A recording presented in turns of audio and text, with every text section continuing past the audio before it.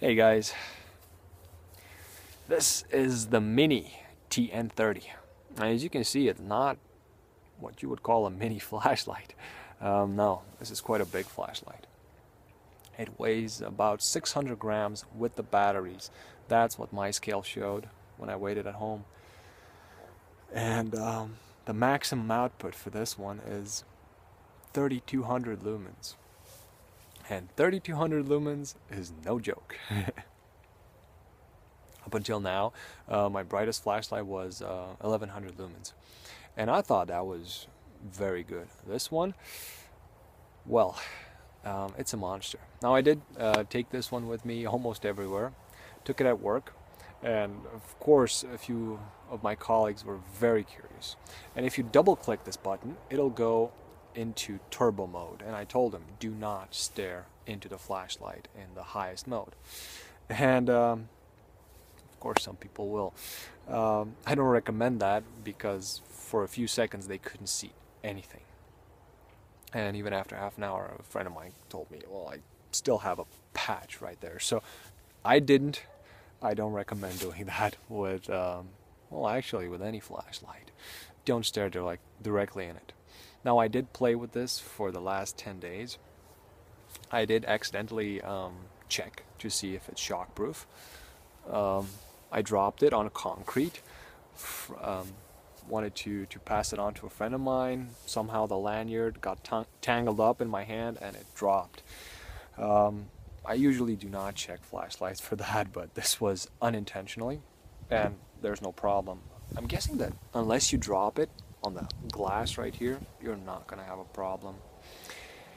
It is heavy. It is not really a backpacking flashlight in my opinion. However, if you're at a cabin somewhere or you're going out camping with your car, I think this is a very good idea. It has a few modes. It has that firefly moonlight mode of about 0.4 lumens, although I think it's more than 0.4 lumens, maybe 0.4 lumens per LED.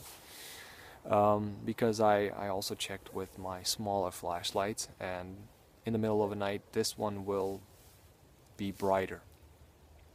The second mode is 40 lumens. 40 lumens is enough for anything you're gonna do inside. And the medium mode is 435 lumens. Now this is a very interesting mode. For four 18650 batteries, 435 lumens, it's going to be good for 15 hours. If you put a white sheet of paper, hold it together with duct tape or something over the flashlight, it's going to give you a great diffuser cone. And 435 lumens will be enough to illuminate a room or a tent, give you all the light you will need. When I'm testing flashlights, I will charge the batteries and then start playing with it. And within 10 days, I might replace the batteries twice. With this one, I didn't do that even once. When I got it, I charged the batteries and I kept playing with it. They are not depleted. In fact, you see it still lights up blue. I'm very amazed by that thing.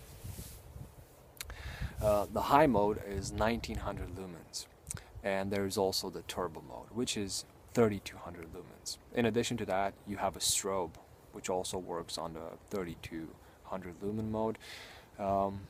There is no chance that somebody will not spot you from a great distance, or that you will not see something even in woods like this where the trees are relatively close to each other. If you turn on in the turbo mode, you will be able to see very clearly at about 50 meters, and I say with the trees here at about 100 meters, you will be able to know whether it's an animal or a person. Very cool flashlight. It does weigh a lot, and it does not come with the batteries included or the charger, which you're gonna need, and that is an important thing to mention. But if you're like me and you already have a charger and batteries, this is just tons of fun.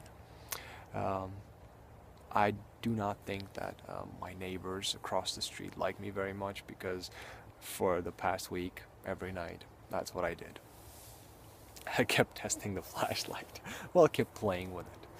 One very cool thing, if you're going to use this to look for something in the woods, or maybe you want to use this for a short walk, just walk your dog through the woods. If you turn it on in the highest mode, you are going to see that, you see where the flashlight is and my face already gets some light. You're going to see everything in front of you. So whenever you take the next step, you're going to be able to see what's down in front of you. I thought that was a very good thing. Using a diffuser cone for some flashlights might work, but then you don't see as much in front.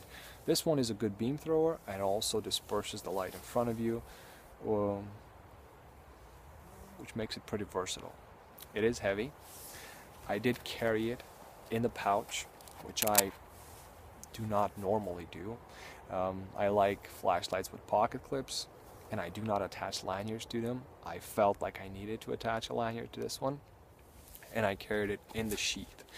Now, one problem, if you're gonna keep the button at a side, put this flap over, you might accidentally turn it on. It gets turned on very easily, especially when you don't notice it. So you might just want to turn it towards the back of the sheath, then you're not going to have a problem. I did carry this monster on my belt, and I used this latch to attach it, the one held together with Velcro. I'm not a huge fan of Velcro attachment latches. Of course, this one also offers a latch that's sewed in, but carried it under my jacket. It stayed pressed against me, and it did not move, it did not open, gave me no problems. I'm still not going to completely trust Velcro, but I'm guessing it's okay. I see no other carry options than with the sheath for this flashlight if you actually want to carry it on your person. Make your own sheath or whatever, but you're not going to be able to put this in a pocket. I like it. If you have any questions about it, just ask me in the comment section. I'll get to them as soon as possible. I will attach some beam shots, and I hope you can get an idea of how it throws a beam and how well it disperses the light around you. I hope you enjoyed the video. I'd like to thank you for watching, and as always, I wish you all a great day.